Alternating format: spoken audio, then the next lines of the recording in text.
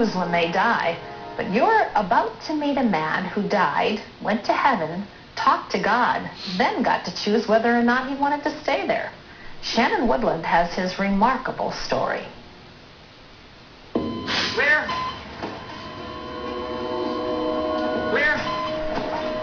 I felt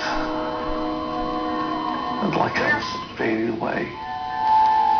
Next thing I knew, off in the distance, I saw white light. Jim Anderson was dying from a massive heart attack.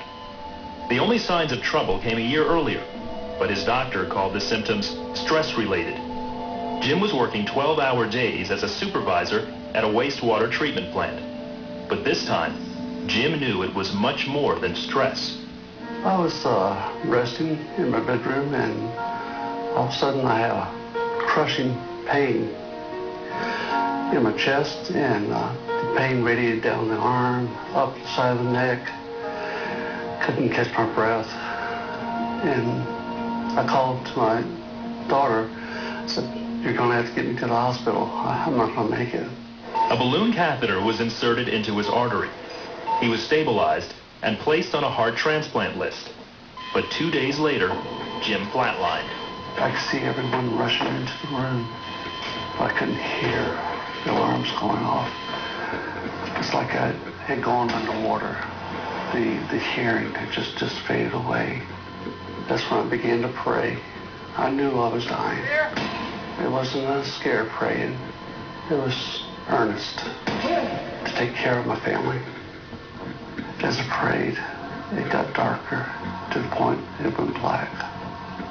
Next thing I knew, off in the distance, I saw white light. It was beautiful. Just wasn't blinding, but pure, perfect.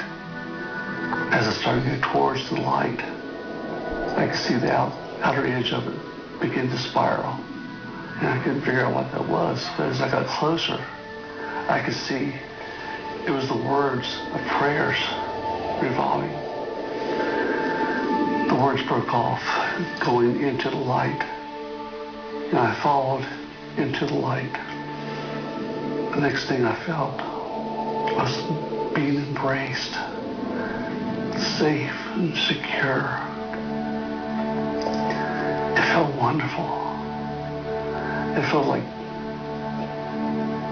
total love. Next thing I knew, I was looking down the room where my body was. I could see everyone working on me. I could hear what they were saying. There were two nurses outside of the room looking in.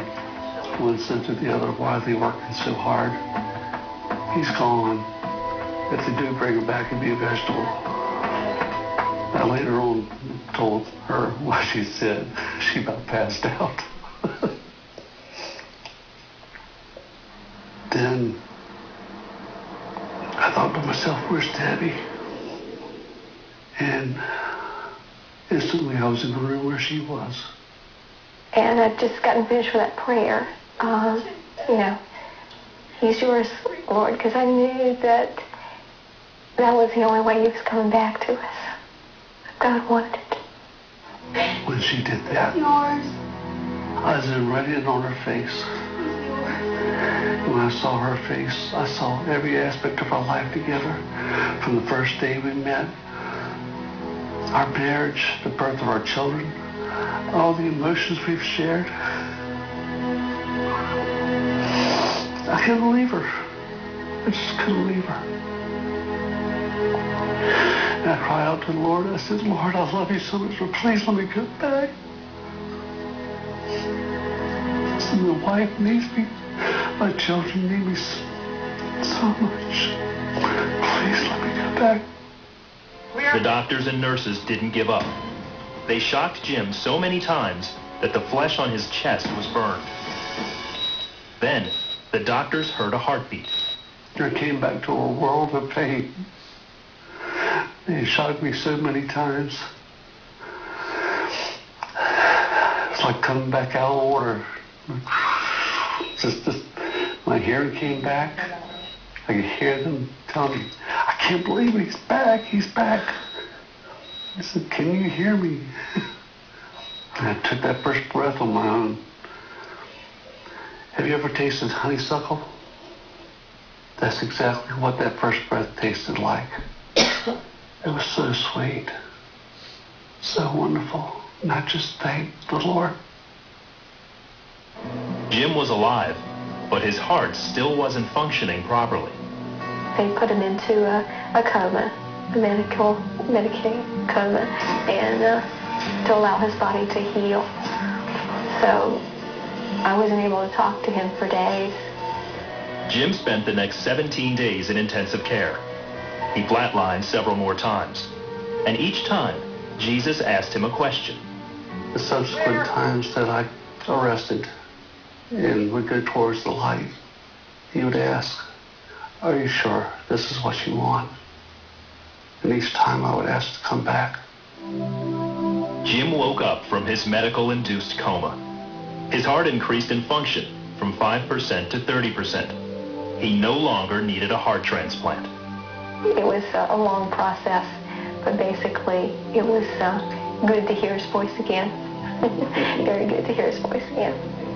His doctor implanted a pacemaker in his chest. Just a couple of days later, Jim was able to make it home in time for his daughter's graduation. One doctor told Jim he only had a year to live. That was over 7 years ago. It's brought us closer together, so much closer together. We talk about things now, and it's whatever needs to be done for the day, it's done.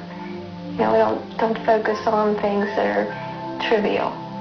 Jim knows that every day he has with his family is a blessing from Jesus Christ. I try to witness to at least one person a day, to let them know this isn't about me. It's about their life. And to know that He is there for them. That He loves them. God is real. Jesus Christ did come, did die for your sins, does love you today, does want to live in your heart, be the Savior of your soul and the Lord of your life. It's all true. It's all real. Today I want to ask you, if you were to die today, if what happened to Jim Anderson happened to you, do you know where you'd spend eternity? Because you can know. You can.